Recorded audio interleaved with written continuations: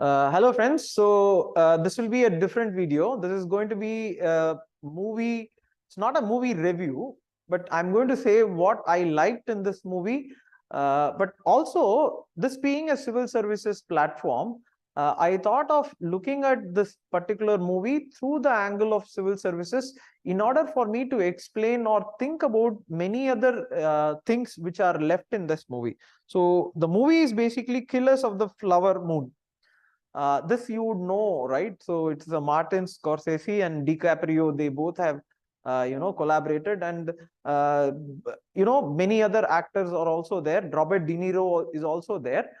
So what this movie is, how this movie is, or what kind of a technology they adapted and how the script was, I'm not going to talk about that. See, that is altogether different scenario. What I'm going to focus on are the events in that movie which are actually relevant to anthropology and also civil services as well. So that is what I am going to talk about. So let us go into the video.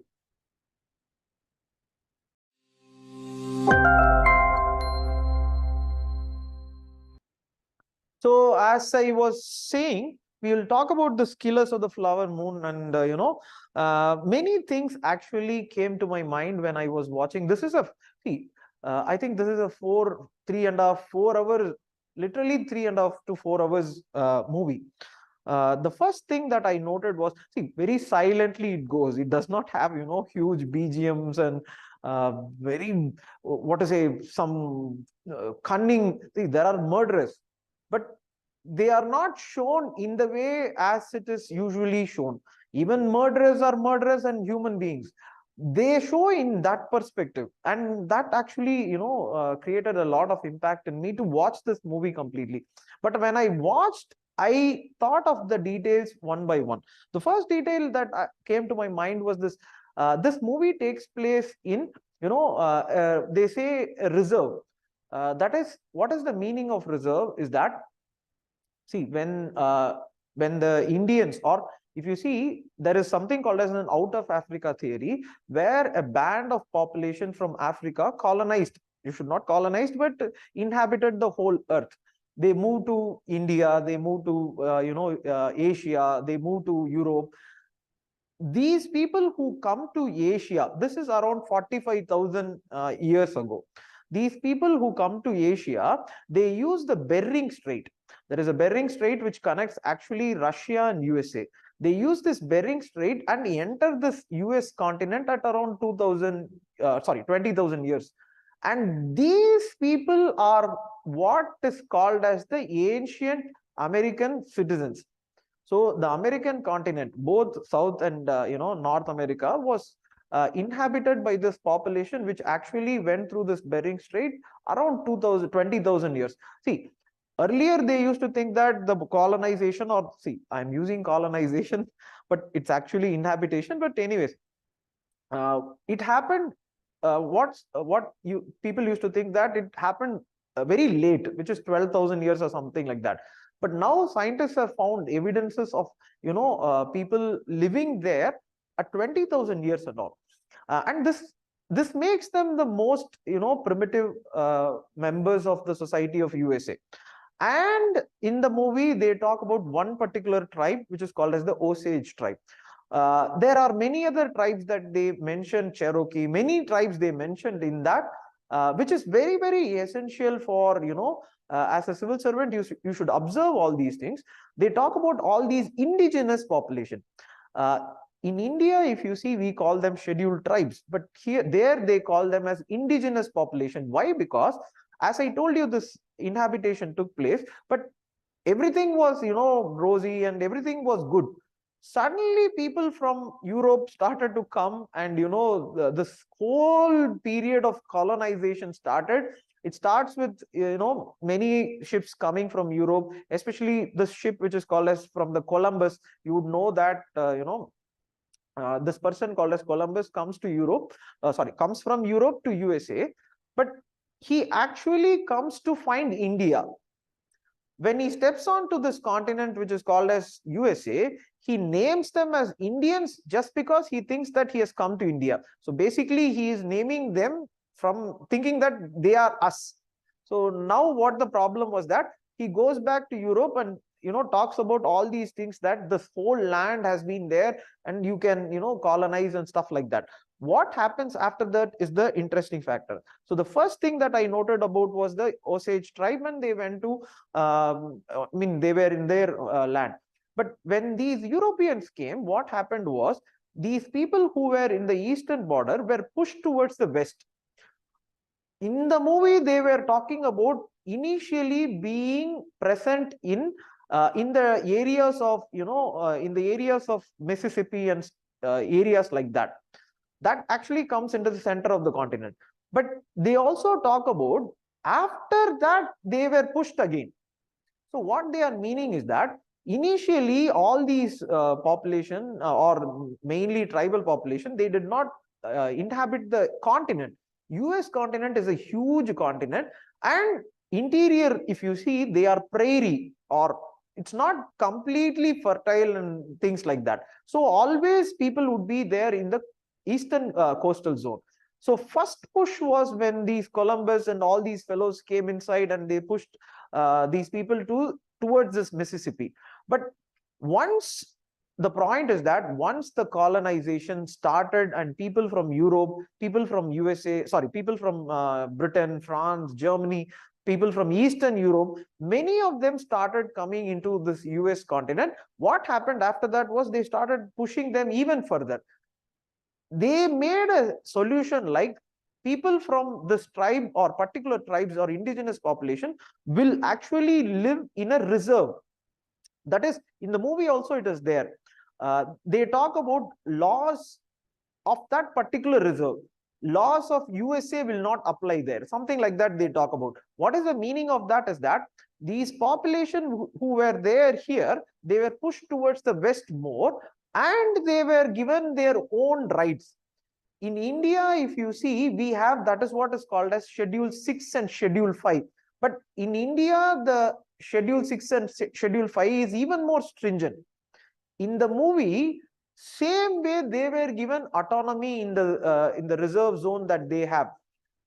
But the second point that, see, this is the story of the tribe and how they came and how the US continent was settled and stuff like that. But the interesting point, the second point, is about this oil growth of 1920s. See, DiCaprio comes after the war. That is, after the war means 1914 to 1918. So they are talking about the First World War. And once you come back, what happened after that? See, this World War spurred technological growth. See, there is also this view that why should ISRO be there? Why should all these, scientific organizations, why do we spend like that? The meaning of these organizations are not specifically for the only purpose, rather they have so many other facets also. In terms of, if you think about it, World War I spurred this technological development to a larger extent. What happened after that was people who were dependent on coal now started to depend, or they started to find this oil. Their oil was found earlier itself, but 1920 was that turning point. Coal was replaced by oil as the most primary fuel, and internal combustion engine started using all these fuel. At that time, one interesting fact is that, see, now we have this unleaded petrol, leaded petrol, unleaded. What is this unleaded petrol? Earlier, these vehicles in the movie that they show used to make a lot of sound in that engine. That engine, in order to prevent the sound, they used to add lead to the petrol. Lead to the petrol will actually lead to poisoning of the air.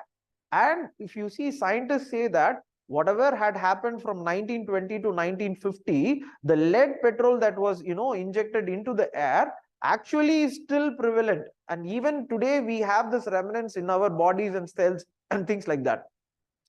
But what I want to say, then the leaded petrol went away and stuff like that. That was in history. But now coming back to this, so this car was, and the point is that they used all these things. And what happened after that was this oil became very prominent. It also, or West Asia, at that time only, West Asia became a huge prominent geographical zone. till then it was considered as a desert area, but now it became so prominent that every country, USA, Europe, France, Germany, everyone started to go there and start to get this protectorate. And today you might very well know there is a problem in Palestine and Israel. Especially it started now, or there was a problem earlier also, but it starts now. The British go there and they set up a protectorate in the Palestine area, which is occupied by the Palestine people. But once from that point only they give this there is a Belford or some agreement is there, 1917 or 1918. So from that is where this settlement of people belonging to the Jew sect starts. But what I wanted to say here was this oil growth has been wonderfully shown in that movie, thinking about this reserve land holding that land, like how today Indian tribal lands hold all these coal and other mineral wealth. But that is what is the start of the whole movie. So the third point, so this is the point I want to, or this is the speculation I make. So for example, I want to end this video using this speculation of, see, in the movie, there will be 5 sisters or four or 5 sisters. Into that, DiCaprio gets married for getting the land of the women of that household. So one member of the household would be killed. First the sisters would be killed, then the mother would be killed, then the last person would be left is the DiCaprio's wife, and she would also be slowly poisoned. And this would be done by DiCaprio itself. This is the turning point of that. This is what is called as the killers of the flower moon or something like that. If you very closely watch, the tribe that they show is actually matrilineal. In anthropology, we read about patrilineal and matrilineal. Matrilineal is sending the land through the women of the household. What happens here is that similarly, the land passes from one sister to the other and finally comes back to the only sister who is left, who is DiCaprio's wife. What I speculate or what I think about when I watch this movie is that I feel there is you might definitely know there is a thinker called as Taylor. Taylor or Morgan and Fraser, and these people are called as the classical evolutionists. They say that a society started from matrilineal, then it became patrilineal. Today it is patrilineal. The transfer of land takes place through the men. But Taylor, Morgan, Fraser, they say that it started with matrilineal. I couldn't, see what was the justification, I did not understand. But watching this movie, I come to the terms that land must have been transferred through women in a particular tribe, and it is as shown in the movie. But what happens in the movie is actually a point to be noted. What happens in the movie is that these men, so men from the eastern border, they come, settle there, not only for the oil, rather they also look at the women as a way through the land property. In order to acquire that land property, they use this women in order for them, but then they murder them also. So what I feel is, so matrilineal society, India should also have had matrilineal society, but when migration started from different directions, this migration would have spurred activities like this. This migration might have spurred activities like this. These activities could have resulted in the loss of caste system. See what Romila Thapar says in Ancient India. There's a book written by Romila Thapar. She says that caste system started in Indus Valley civilization itself. Meaning is that it's just merely, division of labor. That is the point. It starts with division of labor, and it started in Indus Valley itself. But when it concretized was during the Vedic age. This is what she says. Vedic age, if you see, is the time when people from Central Asia and many other places, because of climate change, migrated into India. If you correlate the things that happens in this movie with that situation, when the migration happens, a matrilineal society would have, and one more thing, genetics today says that in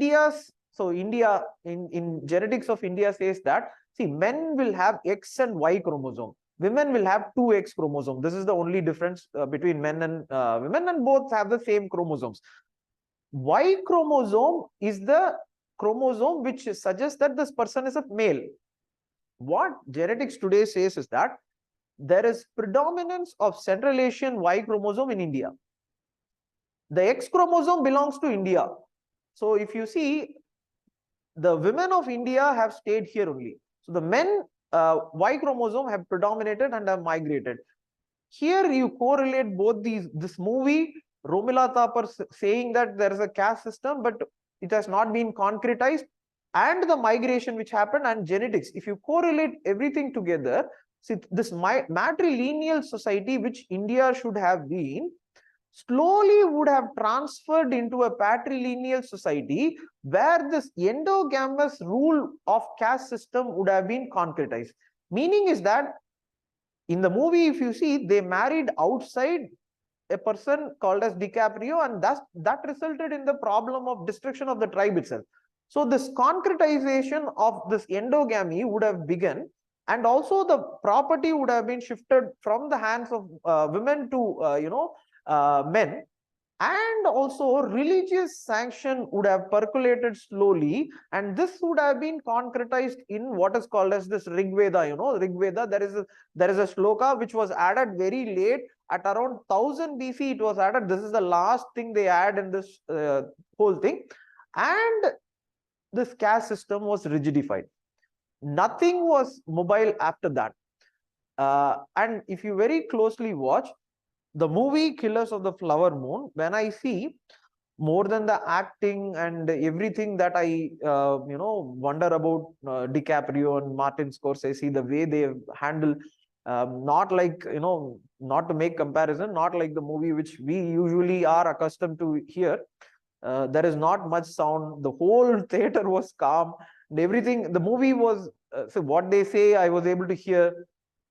And over and above all these things, what I understood from this is kind of like how Taylor thinks about folk tradition in order to look at his own culture, is what Taylor does.